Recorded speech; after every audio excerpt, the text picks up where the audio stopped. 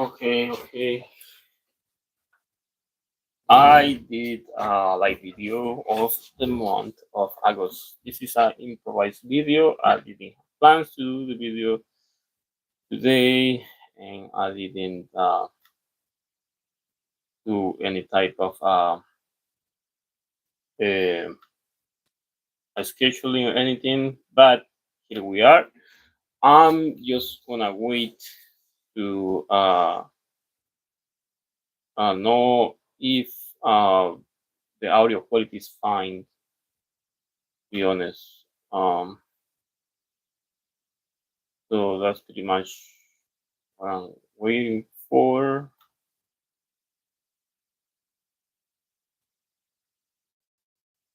And basically,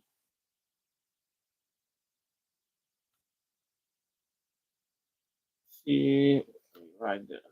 Okay, I don't know if you guys can hear me. I'm just waiting for you to tell me if you can hear me or not. And that's pretty much all. This not. Hey, I mean, like, this guy, Big John, gave me this T-shirt, and I was like, okay, I wear it. Can you hear me? I just want to know if you guys can hear me. That's all. Can you let me know? I'm just waiting on that. So I can start video.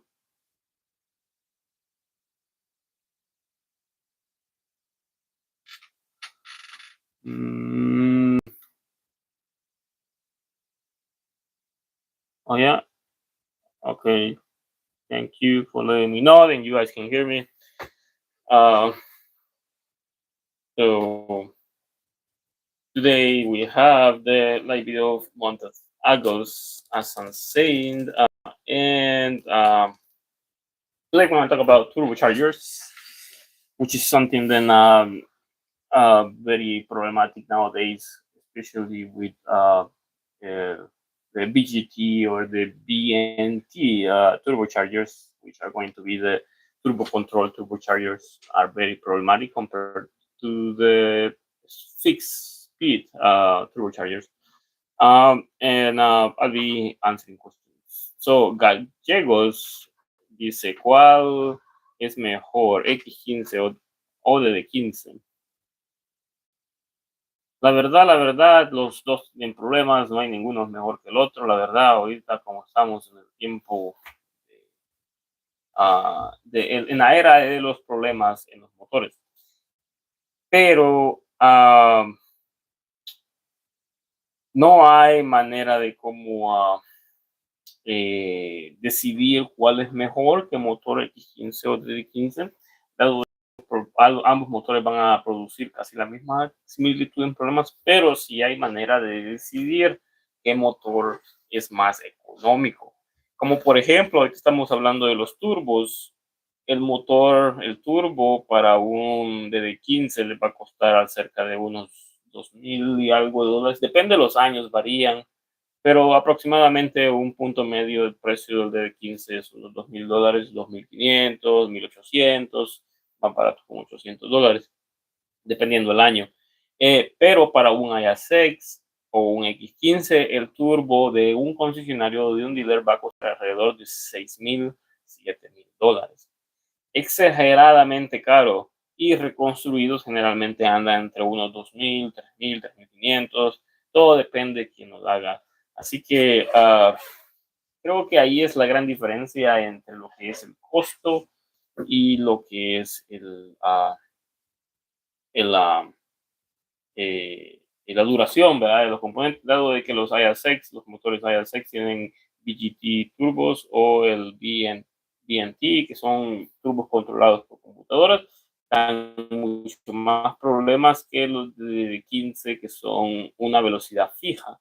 Pero también estos turbos traen otro problema, que son velocidad fija, son más lentos, no producen tanto boost como los BGT, los controlados por computadora.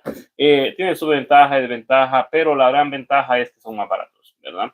Y aparte de eso, son más duraderos. Los turbos de velocidad velocidad fija no tienen tanto componente móvil como lo que son los turbos de velocidad variable. Tienen mucho más componentes y pues son componentes que se afinan. Espero que esto le ayude a tomar una decisión, gallegos, y si no, pues puede presentar otra pregunta y ahí podemos responder. Okay, so as I was saying, that is, let's see, most of the Israelis love the shirt. Yes, I believe it. It's like, you know what it says. That's my name. IS6. IS6. There's so many problems with those. I mean, they're good, but a lot of people. One thing I'm telling you, the biggest problem with the turbochargers nowadays is the turbochargers are not what they used to be. Turbochargers used to be a turbo. That's it. That's it. A turbo. There's a turbo in a truck, and that's it. Nothing else. But now in this modern time, with emission controls that are very strict and fuel economy then has to be improved every year, turbochargers are becoming um, like a device, something else, a component that is an auxiliary component that helps the engine. So turbochargers nowadays they have the we can say the responsibility to create back pressure to increase the J-brake power. They have their responsibility to produce power or boost to increase the amount of fuel economy, and they have the responsibility of create the exact amount of pressure or flow to maintain the emissions low. So it's very complicated how they use the turbocharger as a component for emissions, for J-brake, and for power. Now, before in the past, turbochargers were just turbos, right? Put a turbo on a truck to produce more power, and that was it. But now, manufacturers are using turbos, and they are exploding. They are abusing the amount of potential they can create or extract from a turbo, and that's the reason why we have these turbos that are very unreliable. I would say then turbochargers that are fixed speeds are the best, like Detroit DD15, Detroit DD13, 15, and 16. They have fixed speed, which means that there is no turbo actuator. There is a year specifically 2015, 16, some 14, and going to have a wastegate. And these are not electronic wastegate. It was a pneumatic wastegate and was controlled by a V-pod, and it was a one, you can say a solid pass. It was a one PS, a one specific flow. Then will open this wastegate and will allow a specific amount of pressure, so that way you can reduce the power. But the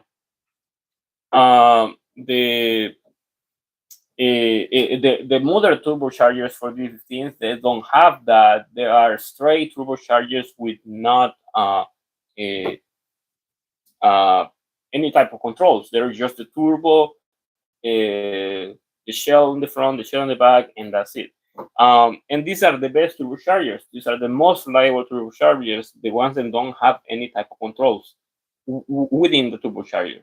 The controls are outside the turbocharger, which means EGRs, maybe throttle valve, a diverter valve, or some kind of like wastegate on the back, or exhaust flap, and will close and open. So these type of controls are going to be additional to the system, but they will not be incorporated to the charger, and that will be the point. I mean, that will be the reason why a turbocharger will be reliable, right? Because the less components a turbocharger has, the more reliable it's going to be.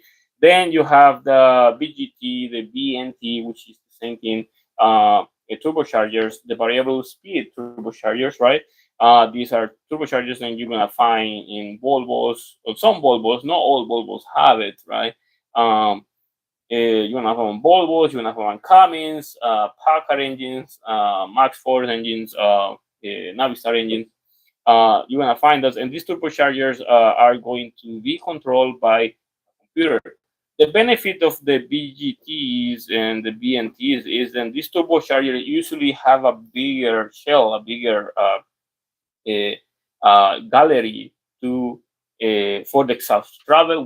They have bigger turbines, and the biggest benefit of that is that they can produce power or boost at low speeds, which means that the truck can be idling and they can produce around like 5 psi, 2 psi, 3 psi at idle, and that increases the amount of power at takeoff. So whenever you're idling on a light or waiting for for the traffic or to clear or anything, and you press the accelerator, the boost is already there. So that is the benefit of the BGT. The boost will be already built, and by the time you press the gas, you will have that power already on the truck, and you will not have any type of turbo lag.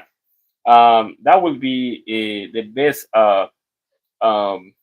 We can say the best type of turbocharger to avoid lag or no response whenever you press the gas. You feel that the truck doesn't respond, and it takes like a second or 2 seconds, and it start moving.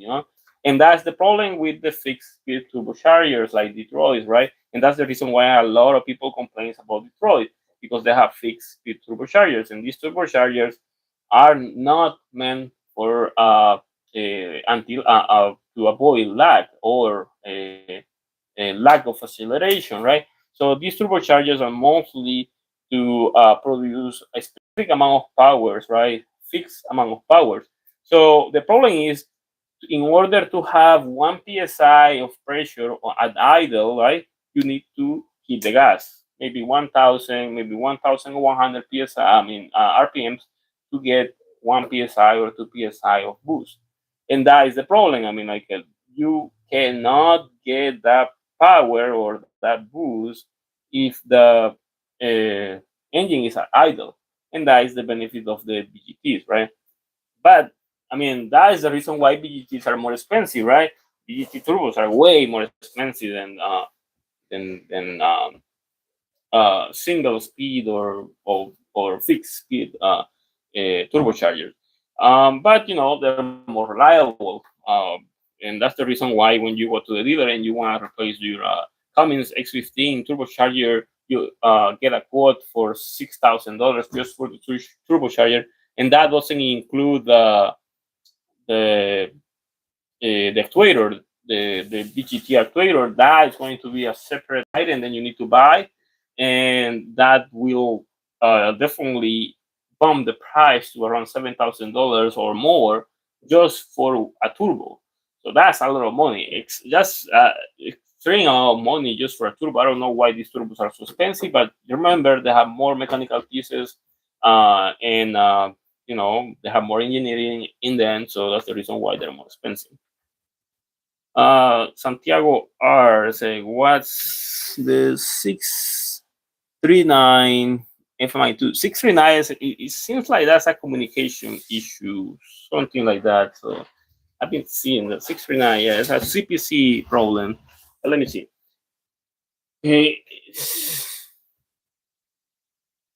639. No, that is two. Yeah, that is timeout. That's basically what it's saying is then whatever module, not sure exactly which module is the one that is not having the communication or having the communication error, but the module that is having the communication error is not receiving the signal back. So what happened there is basically, let's say then that's like kind of like but that's not jailbreak. Like breaks. It's kind of like breaks as well, but it is. I need to see the description, actual description of that because I have a generic description right here. But regardless, right? The specific fault talks about the. I just changed CPC4. Yeah, okay, and the faults in the CPC4, I suppose. So the thing is like um, the fault talks about when there is a message and it's not coming back. It's being sent, but it's not coming back with a signal, a specific signal that has been requested from the module because the CPC is a king module or a main module, a brain module. So the CPC is the one then comes and brings all the information around the network or the truck and allows the other computers to understand what exactly the truck or the driver is doing. Um, so that signal is missing, or the power is not getting to the module, or simply there is not a communication, right? Key is not working. I mean, the cluster goes crazy too. Okay, yeah. So because there is many different type of faults related to that, there is not only one. It is like many. I'm not sure. I remember I see this fault before, and based on some descriptions right here, it makes me think that the fault is basically talking about the uh, brake system. Usually, what happens on these is these are 2015, yeah. So you have a 125 body or a P3 body. So usually what happens, the sign chassis, which goes in front of the uh, firewall, the lower side of the driver side, uh, gets power, I mean, sends power to the ABS module. And the question will be, do you have a automatic transmission? If you have a automatic transmission, yes, it will affect so much on that. If you have manual, it doesn't affect much, but automatics, yes.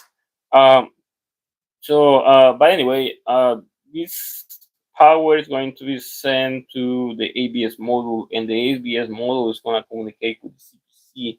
And the reason why the ABS is communicating with the CPC is to understand how the transmission and the wheels are moving. So the movement gotta be rational, gotta be on within the logic. Then it was programmed.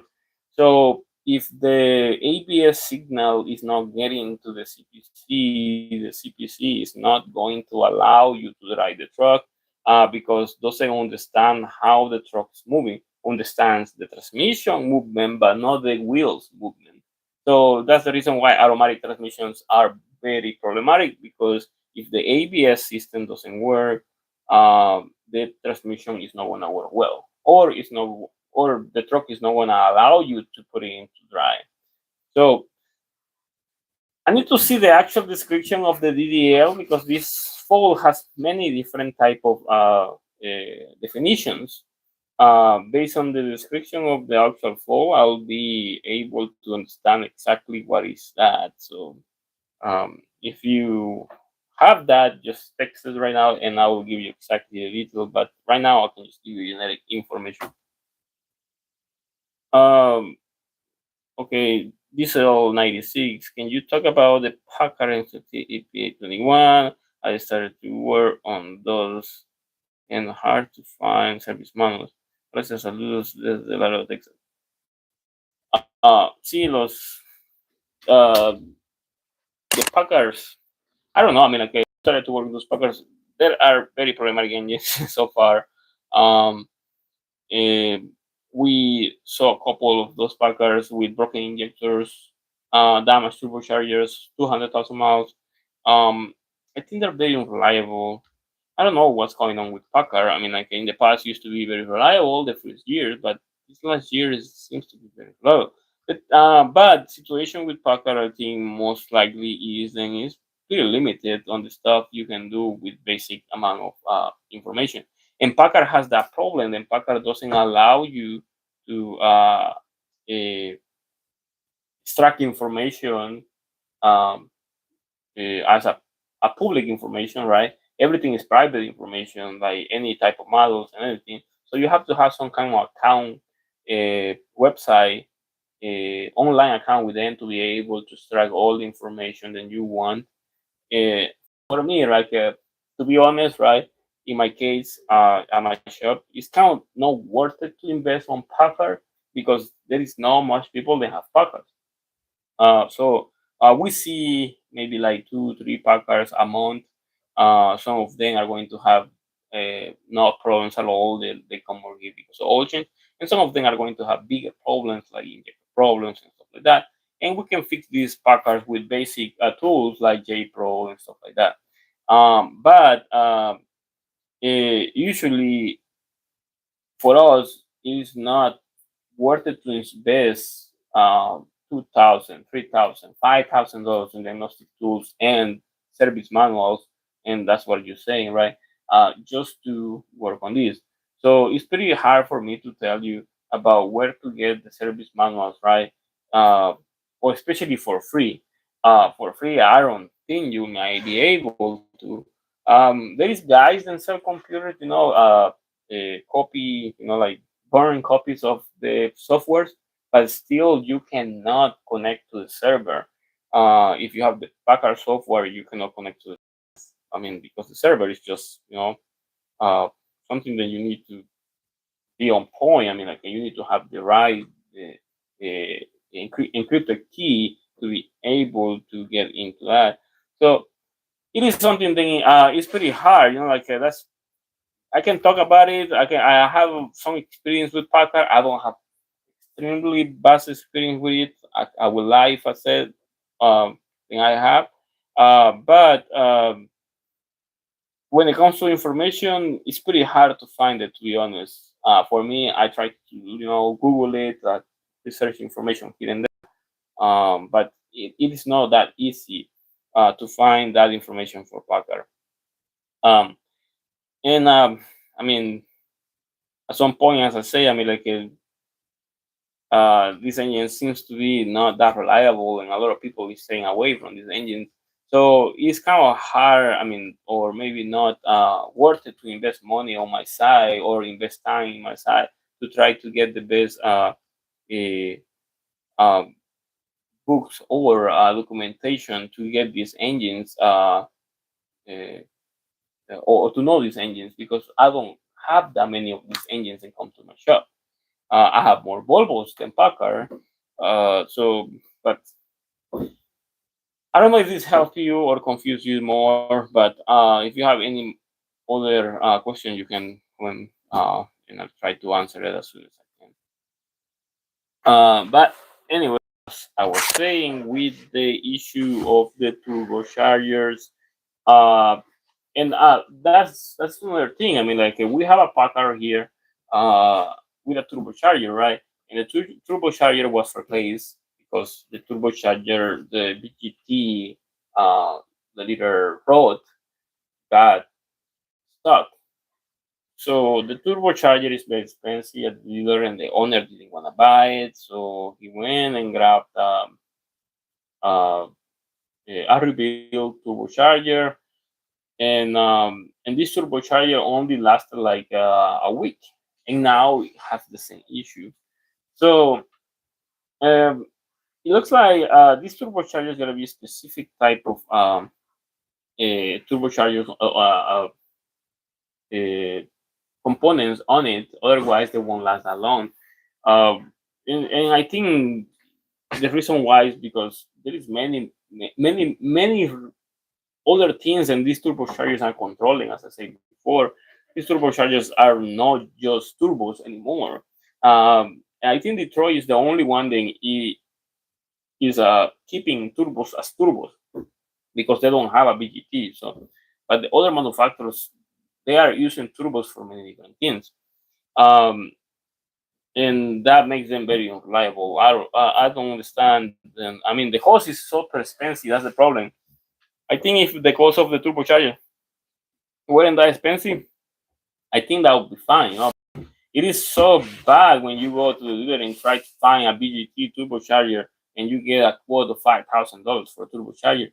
You are not happy with it. I mean, that is like completely, eh, um, completely bad. I mean, like, how are you gonna pay $5,000 for a turbocharger with the same amount of money you can buy a cylinder head, a full cylinder head, and you are just buying a turbocharger for $5,000? But I mean, those are the prices they're giving.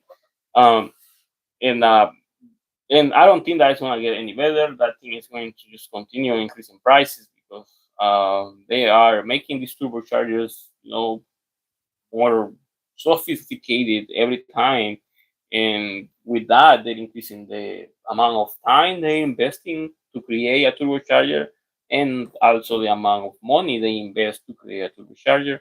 And at the end of the day, you're gonna have another $8,000 probably turbocharger, which is going to be really crazy. Um, and I think manufacturers gotta keep the regular turbochargers, the fixed speed turbochargers, Detroit does, and these turbochargers, they are not the best, I would say, because turbochargers that have fixed speeds are very slow. You know, they have that problem. They're slow. That's the reason why a lot of manufacturers don't like them, or a lot of people don't like them, because they don't have the ability to increase the power idle. They just need power to create power. So in order to have power, you need to press the gas and you have power. So I suppose then that makes them more reliable, right? And they don't have that many moving components, and that's the reason they last a little longer. Um, the only problem, as I said before, is then fixed turbochargers are going to have smaller shells, smaller turbo housings, and this, is going to limit the turbo on how much power it can produce at top peak, right? When the turbocharger is maxed out, this is the amount of power, the amount of boost it will produce. Let's say this turbocharger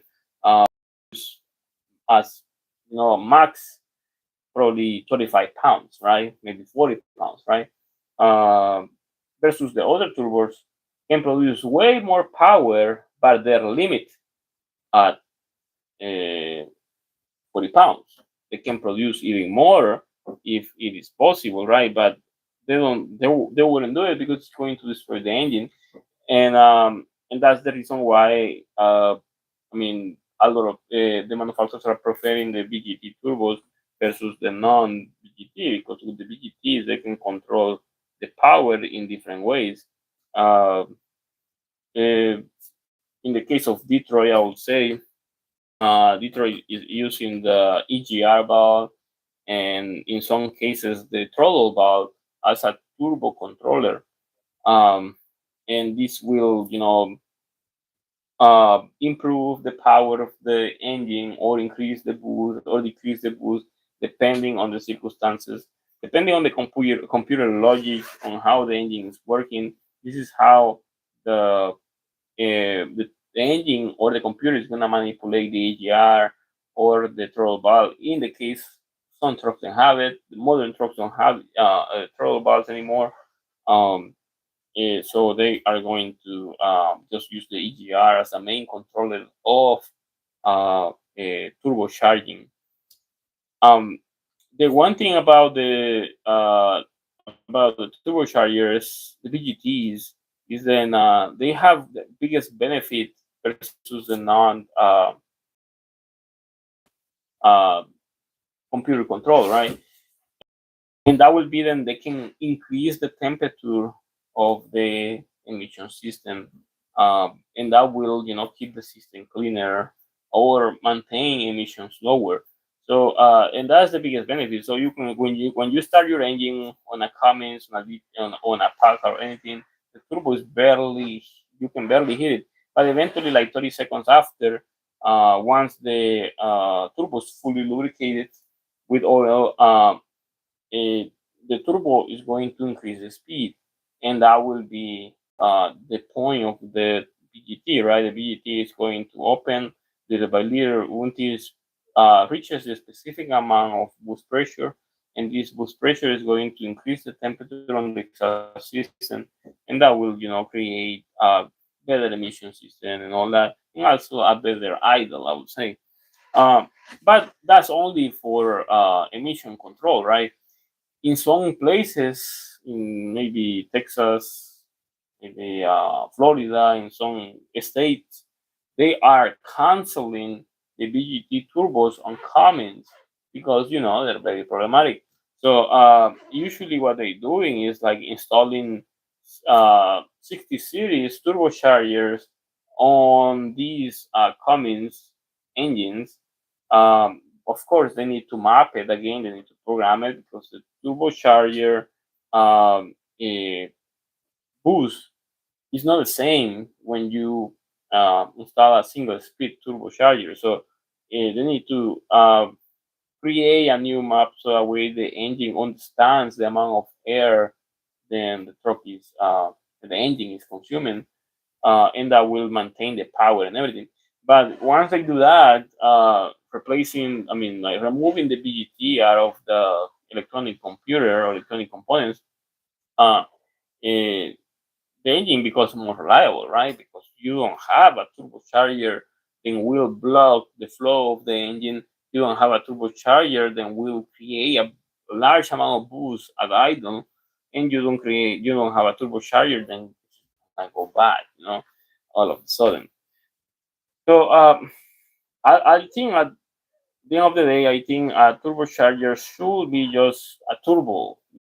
The more they are trying to uh, incorporate on these turbochargers, the more unreliable these turbochargers are becoming, and the more expensive they are to replace, which is not very ideal, because the market right now for many of you is really bad.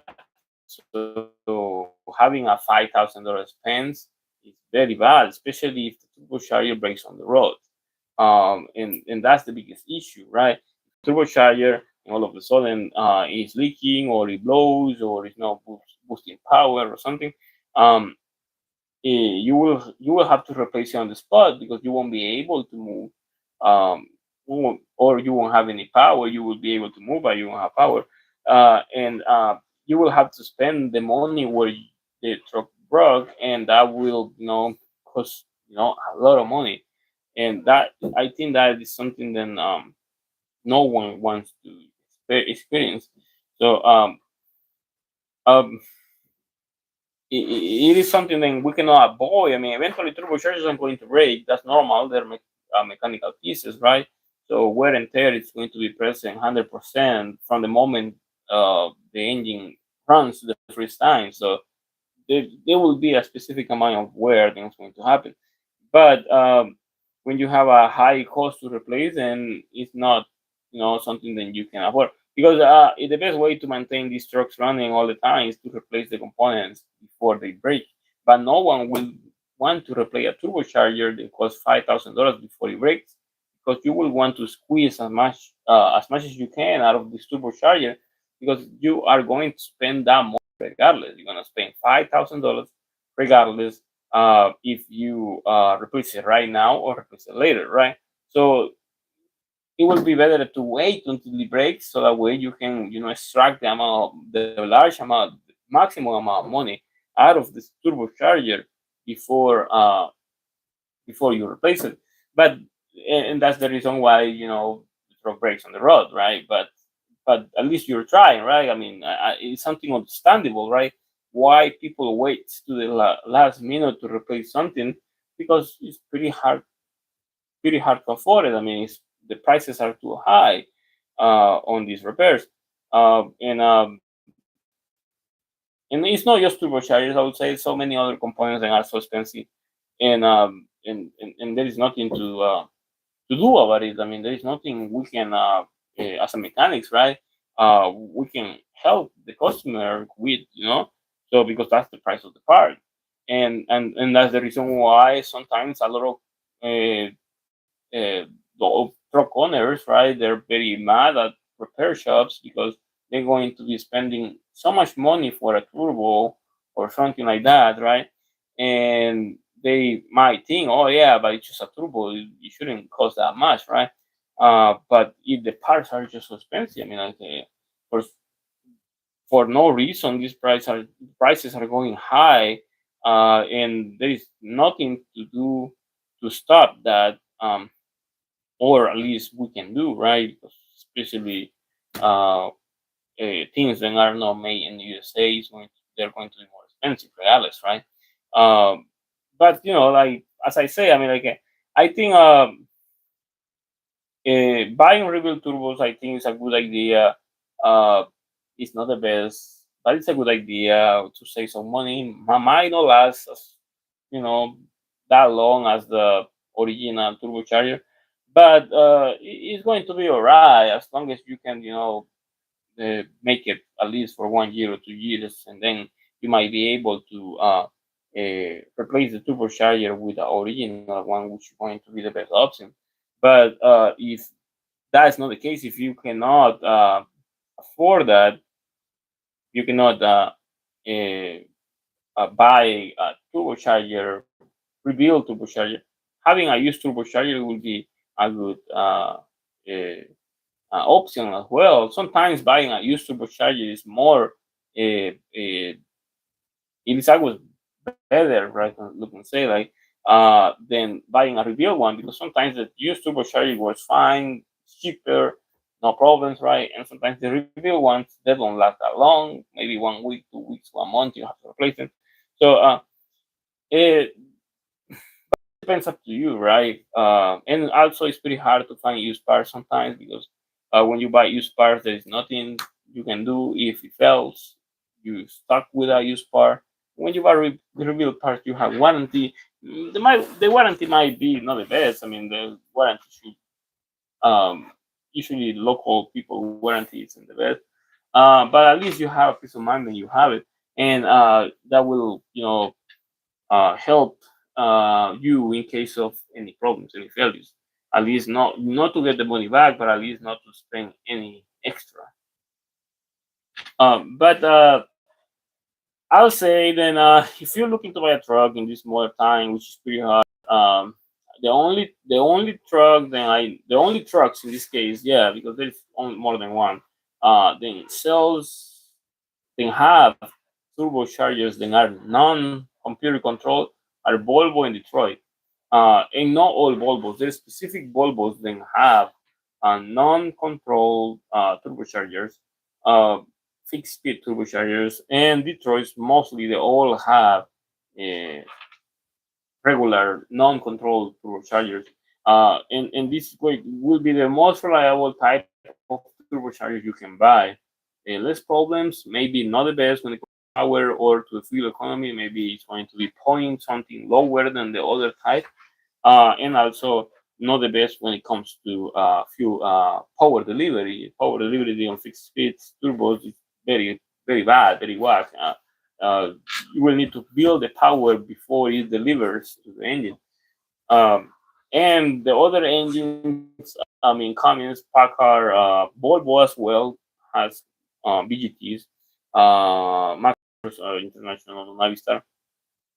They all have BGTs, and in most of these, like Cummins, they have one type of turbos, one solid type of turbo, but this turbo will vary depending on the application. If you have a economy type, you have a performance type, or you have a severe duty application, you're gonna have many different type of turbochargers. The turbochargers are going to vary. There is not just one type of turbocharger for this engine, but they look the same. I mean, if you look at the turbo, it's exactly the same turbo. And the same thing goes with the actuator. The actuator isn't the same, right?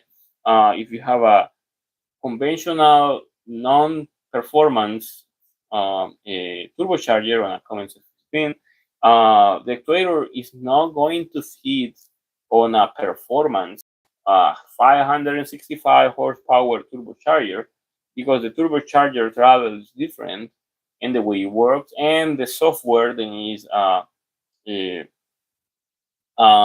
what we can say, software that is installed on the computer on the ECM of the 500 horsepower turbocharger. On this, I mean, 500 horsepower software is more, we can say, it's different. So it's not going to be comparable if you do the swap and you don't check, right?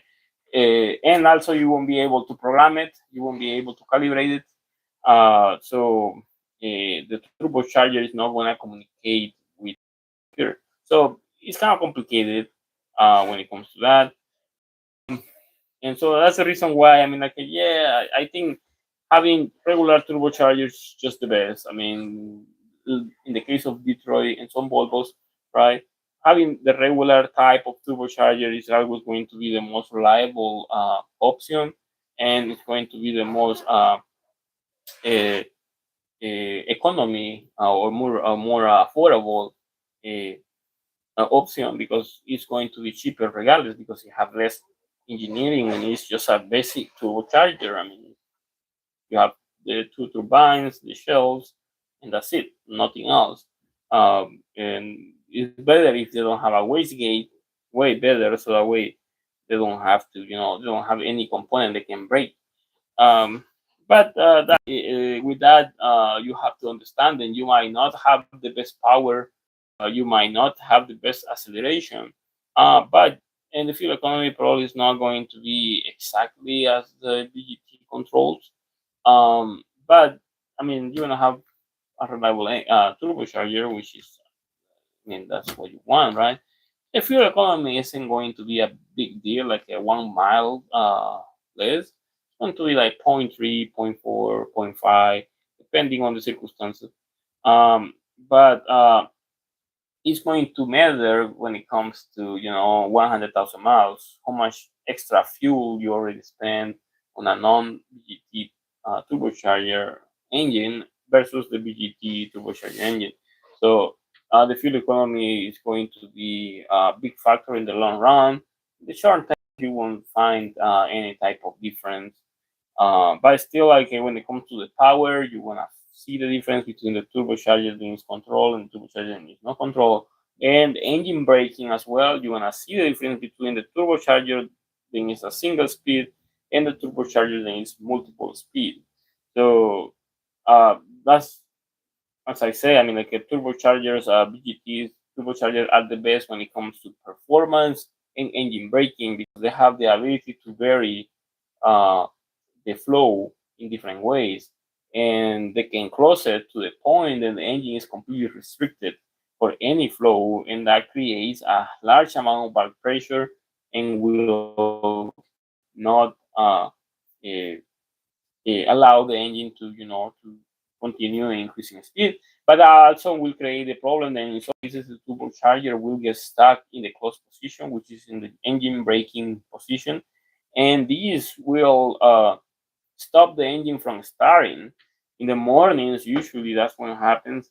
Then you try to start the engine and the engine doesn't start. It kind of like shuts down immediately, and you can hear a large amount of back pressure in the exhaust manifold. And this problem is caused because of BGT turbos, right? And the BGT, the actual turbine, the actual nozzle inside, closest to the point and is not allowing the flow of the exhaust. And the engine, when the engine is cold and when the engine is cranking and cold, the engine needs a large amount of uh, help to be able to start. And if the exhaust flow is blocked, it won't start. It won't allow you to start the engine. It will be so hard to start the engine. Even sometimes you can use starting fluid, and still the engine will not start. Maybe it will crank it. It will start for couple of seconds and eventually will die because the turbocharger is restricting the flow, and it is because the J-brake position is stuck. The turbocharger is stuck in the J-brake position, and the point of that is restrict the amount of air to go out of the turbo, and there is nothing you can do to fix that issue unless you replace the turbocharger, and then you will solve that kind of problems. But still, that will cost you a lot of money. On the other hand, with the fixed speed turbocharger, you don't have that kind of problems because they're just a turbine. A turbine then just rotates. I mean, if there is flow, it rotates. If there is no flow, it doesn't rotate. Uh, it doesn't have that kind of problems. Still, both turbos can have the problems, and they can, grenade themselves. The turbine shaft and or the turbine itself can break, and the turbine from the intake side or the exhaust side can, shoot out completely, and it's going to start leaking a lot of oil. And this oil can go to the exhaust or can go to the CAC, and it's a lot of work to clean the system, a lot of money to spend when that happens. But I mean, it is there is always, like negative points regardless on what component you have. So that's right. I'm saying all the time, regardless of what engine you have, you cannot avoid to spend money to fix it. It's not the engines are not as reliable as they used to be, and these components aren't the exception. So these engines are just so too complicated, so much technology, so much.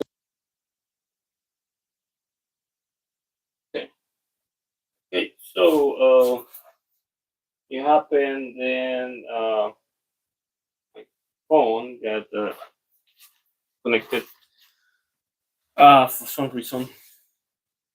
So I had to see what's going on here, but it's good now. But anyway, I was just saying about all the turbocharging issues and all that.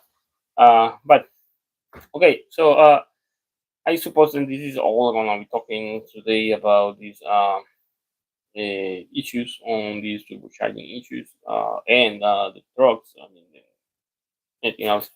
So, you have any questions? You can always comment.